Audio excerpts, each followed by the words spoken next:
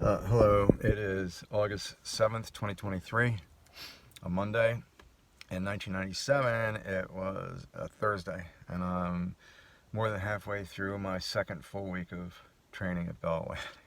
I know this is meaningless to a lot of people, but I think sometimes I don't get many views. I get one or maybe two views on some of my videos, and I'm pretty sure those are bots. So this is more like a video diary for me. And then, as the videos get older, I get rid of them because there's not enough storage space. I don't have the capacity in the cloud. But I don't know. I think Apple is shaking me down for money. I really think that. But anyway, so yeah, it's Monday. Yesterday, and of course, I'm the initiative. I'm the instigator of this thing from yesterday. Sorry, Duncan. You don't have sugar-free lattes. Lala does. A guy, a very old and kind of good friend. He's a good friend, but to a point, Like, I remember him letting me move in with him for about a month back in 1980. But he got tired of it and he didn't want me there anymore. I don't blame him, man. I was living there. I didn't have any place else to go. And then from there, I moved in with my sister for about, what do you think? September, October, November, December, January, February, March, April. Like 8, 9 months I lived with Candy and Frank. I enjoyed that. Candy's a little hard to deal with sometimes because, she's got this like Hitler complex, especially as it pertains to her house and religion. She's the ultimate authority on religion, no matter who you are, where you're coming from, what you believe in. Anyway, I lived with her for about 9 months, and then I moved back in with my parents, and I'm like 30 at this point. No, I'm 29. I just turned 29, 1980. Yeah, 1981. I'd be 30. And I'm living, and I'm an ambulance chasing photographer. But anyway, God, yesterday. So it was that time frame. The last time I saw these guys that I saw yesterday was like late 70s, like mid to late 70s, something like that. And it was good, but there was one person that was very bad, and he had it out. He had it in for me for some reason. Who knows? I don't really care. I was wondering if that guy was going to be there yesterday because I asked, well, Craig Scott, Warren Hard, and Al Jones. These are the three guys. I saw Al about a month ago, but I hadn't. When I saw him about a month ago, I had not seen him literally in over 50 years. And he was never a really good friend of mine. We weren't close, but we connected on Facebook, and Craig Scott pinged me on Facebook. I was really surprised at that. A good guy. I mean, he let me live with him. I guess it was a month. It was about 2 weeks, I think. He's a good guy, though, he had these boundary lines, I guess you could say. And up until you encounter one of those boundary lines, he's really a nice and good guy. Go over one of those boundary lines and he just makes a snap decision and blows you off, So, whatever that means to anybody. Fundamentally a good guy. So him, Al Jones, is the second time I've seen him in a month, but then easily 50 years before that. And Warren Hard. Warren Hard. Now, I didn't know what to expect from him, but we hung out. Oh God, in the 70s. Yeah, it was in the 70s. We were playing basketball, and we hung out too. I was living in Broomall with 3 other guys. Big mistake. You don't want to get in a house because immediately 1 or 2 of them will bring in a girlfriend without them doing their fair share of the rent. So here's how it goes. 4 guys. 1 guy brings in a girlfriend, takes up the whole first floor. Okay, there's extra rent due from them because there's 2 instead of 1. Okay. No, she doesn't live here. Yeah, she does. She spends 5 out of 7 nights a week here, and then goes to visit her parents once in a while. But really, she was there 7 out of 7 days. No, her official address is with her parents. She doesn't get any mail here. She's getting you. You're a male. wish I could laugh about Fatso that way. I can't. Anyway, uh, Warren. Warren didn't live there, but he started hanging out there because there were women around. You know, living in that house in Broomall, for the most of the time that I was there, was debauchery. It was the capital of debauchery. Good Lord, my God. Anyway, it was good for me, and things went to hell in a handbag then. Harvey's fascinated. Look, can you tell him? Are you fascinated by this stuff? Nah. I want to go out and chase the squirrelies, the kitty cats, the groundhoggies, and the raccoonies. Let me out of here. Come on. He's a good dog. He's not real affectionate to me though. Anyway, seeing these guys, man, Warren and Craig, and Craig has a strange streak in him, you could say, right? Where like, you know, he loves to play tennis. He's so, you know, easygoing. I don't know that he's ever been laid, to tell you the truth. My guess is that he has not ever been laid. And to me, that's a component of life that I don't care how I'm gonna get it. If I have to go somewhere and drop $1,000, or if I have to get an escort service, I've never paid for it in my life. But if I had not gotten laid, like well before, I mean, he's 1 year younger than me, so he's 71 years old. By the time you're 40, actually, by the time you're 25, if you haven't been laid, you got to take care of that. You got, regardless of how you get it done, you got to get it done. You have to, because if you don't, it may never happen, and that's tragic, really. That's because, you know, that's the way we're built. We're built for sex, and the idea there, the deity. I'm thinking the idea for the plan by the deity and the will of God are mysteries to me, although I've experienced them. But we're sexual beings, definitely. And the majority of the sex drive is in the male of our species, the male gender. And there's so many things I could just, you know, people are, you know, this one friend of mine tells me I'm a sexist when I say this stuff, but it's, I don't make this up. All you have to do is look at the facts, you know, and the numbers. How many sexual criminals are in jail that are men compared to women? The difference is 100%, okay? I'll bet you there's no women in jail. There's cases of female teachers that have done statutory rape, I guess you could say, of young, you know, boys that are under 18. I wish there were there was one teacher I had in 3rd grade. I wish I mean, I'm only in 3rd grade, so I'm like 8 years old, but still, that would have been if she could have had me. I wouldn't. Put it this way, I don't believe a guy can be raped.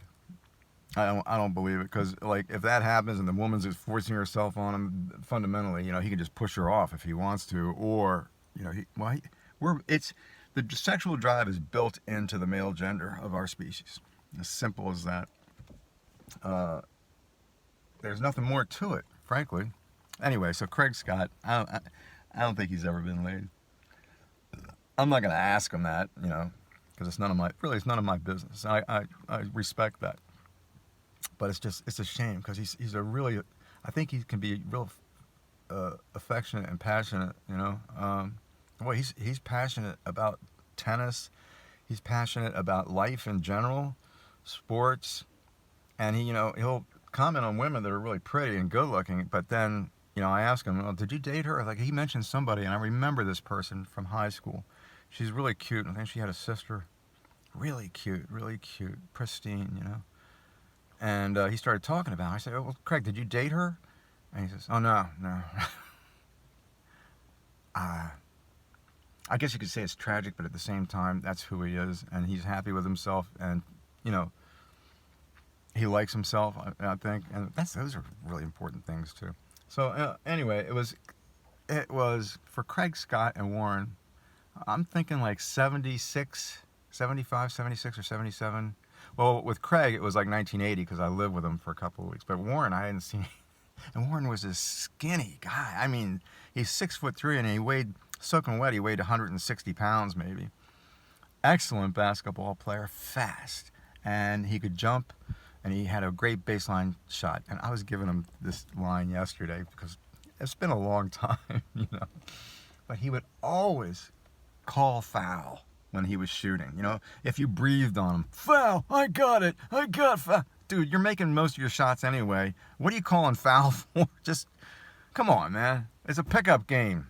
You don't call fouls, and you know, unless somebody breaks your anyway. Yeah, I start thinking about one guy and how I should have handled that and didn't. Another sin of omission that I've committed. Oh, and I've committed some. The worst sin of omission was with Fatso 24 years ago, and that was a bad mistake of omission, of resolving the deal, resolving the problem, and just breaking it off with her cleanly and decisively and completely, and I didn't do that. Anyway, seeing these guys was like a trip, and I had too much to drink. I had three glasses of wine and a beer, and when you don't drink, and I don't drink, I mean, hardly ever, I don't hardly ever drink anymore. When you drink like that, that's not excessive. It's maybe a little on the excessive side, but not really. I mean, you know, we were watching the Phillies game yesterday at Mackenzie's for about 4 hours. Okay, 4 hours, 3 glasses of wine and a beer. You know, yeah, I was a little tipsy. But I drove Al home, and that's the last time I'm going to do that. I'm not going to do that anymore. Something's good. He's got money. Al was living in Stratford Station Apartments, and either he doesn't have a car or he's not allowed to drive. One of those two things. But then I'm thinking maybe he's hurting for money too. I mean, he's getting Social Security and he inherited something from his parents. But Stratford Station Apartments kicked him out. Kicked him out. That is a bad sign, man. When you get evicted like that, it's really not good. And so I said, well, where do you live? He goes, I live in the Marriott Hotel over in King of Prussia. I was like, the Marriott Hotel? You kidding? That's like $300 a night. Okay, he's got money. He's staying at the Marriott in King of Prussia. He has money. So that's the last time. I'm just not going to do that anymore. And he offered to give me $20 yesterday. I said, this one's on me. But then I'm going to tell him going forward, I'm not going to be able to drive you home anymore. I'm sorry. Anyway, so it was amazing. And Warren Hard just, oh God, what a great conversationalist he is.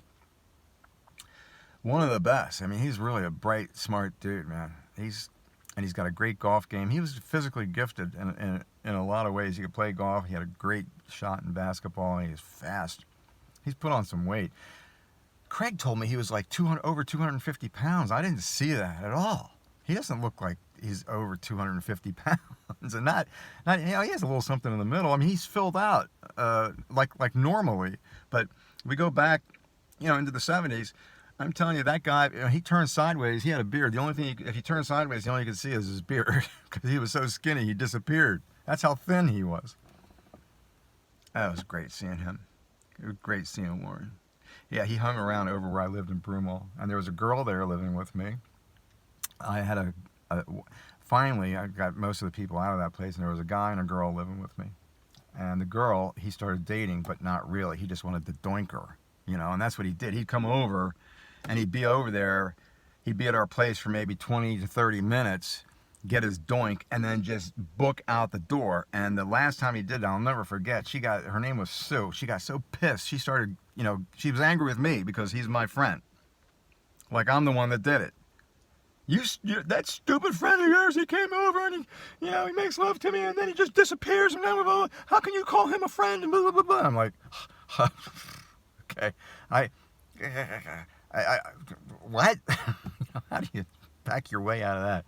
Okay, yeah, he's a friend of mine, but I didn't commit the crime. Okay?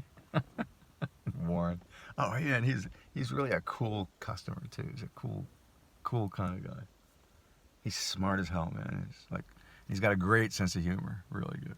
Anyway, it was good seeing him and Craig and Al again. But I accidentally picked up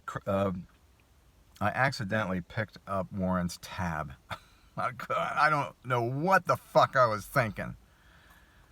I wanted to pay for one beer of his, and she ended up putting his entire tab on my tab, and so I ended up with like $100 tab. I'm like, what the fuck? How did this happen? Oh, God, stupid. Anyway, it was a good time though. The Phillies won. They had a great game, man. They're in every game, but they need some pitching. They need some better starting pitching, man. The one left-handed guy has a hard time getting out of the first couple of innings, and Walker had a tough time getting out of the first inning yesterday, but then he held him back. He gave up 4 runs in the first inning, and then he pitched through the 6th inning, but didn't give up any more runs after that. I don't know, man. 4 runs in the first inning. I think they opened the game. The Royals opened the game with like 4 or 5 hits in a row. In the first inning, at the top of the first. That's not good. If you're the coach, boy, and you're sitting there tapping your, twiddling you're stressing, because 5 hits in a row to start the game is a really bad way. Yeah, that's a really bad start out of the gate. And all the focus goes on the coach then, because how long is he going to leave this guy in? How many hits in a row do you let the other team get before you pull him? And I would have pulled him, but Thompson, hey, I'm not going to second guess Thompson. I'm not going to second guess Thompson. He's one of the best coaches the Phillies have ever had, in my opinion. Man, he's thinking all the time about how can I shift things a little bit to the positive and to the plus, and share the burden of any losses that we have throughout the team. They got off to a horrible start this year. In May, they were calling for Thompson to be fired. He had one game where he started a reliever. And the reliever went 3 innings, and then he brought in another reliever at the beginning of the game. And the next reliever pitched another 3 innings, and he rotated the bullpen. The bullpen took over the game. And people say, well, what if you need a relief pitcher? I said, well, you got 3 or 4 starters sitting on the bench, and with rested arms, you can put them in if you have to. So he's really good. He understands how to shake things up a little bit without disturbing the peace, I guess you could say. Anyway, I like him a lot. And if they have a shot of going all the way this year, it's with him and Bryce Harper and a few other players, I think. I mean, that middle of the infield combination of Stott and Turner is pretty darn good. And they've got guys that can play multiple positions, too. I think I got something here. Son of a bitch. No, I don't. I thought I felt something crawling on me. We've had so much rain. Oh my God. Insects love water and rain. Man, there's plenty of that here. They're getting plenty of rain and humidity. It's overcast. It's definitely a ceiling of about, 1,500, 2,000 feet at the most. Visibility's not too bad though. I'd say 3 miles, something like that. Visibility. And maybe if you get above the ceiling, there's clear sailing from there. Maybe, I don't know. Anyway, Harvey wants to get out. Did you just hear him grunt? Yeah. And I gotta move, man. And moving is like, Al Jones, man. He just all of a sudden he didn't even tell me until I asked him or something. He goes, I got kicked out of Stratford Station Apartments. And that's a good place to live because it's right there at the Stratford train station. And over 65, you ride SEPTA for free, buses and trains. Free! And I told him, I said, get your pass, jump a train at Stratford, I'll pick you up in Malvern, and we can go over to Mackenzie's, and then we'll do the same thing going home. And he didn't respond to that. And finally, he tells me yesterday, I got kicked out of Stratford Station Apartments. I'm like, okay. And I was thinking about maybe teaming up with him as somebody that could live with me. And then when he told me that, I just decided no. And there's a lot of history there too. I can go into some other time. Anyway, peace, you all. I hope you have a great Monday. Is it possible? You have a great Monday by Monday being over. That's the way I remember it. But Mondays don't bother me anymore. Because I'm retired and I can't work, so here I am, Lord. Peace of the Lord be with all of you.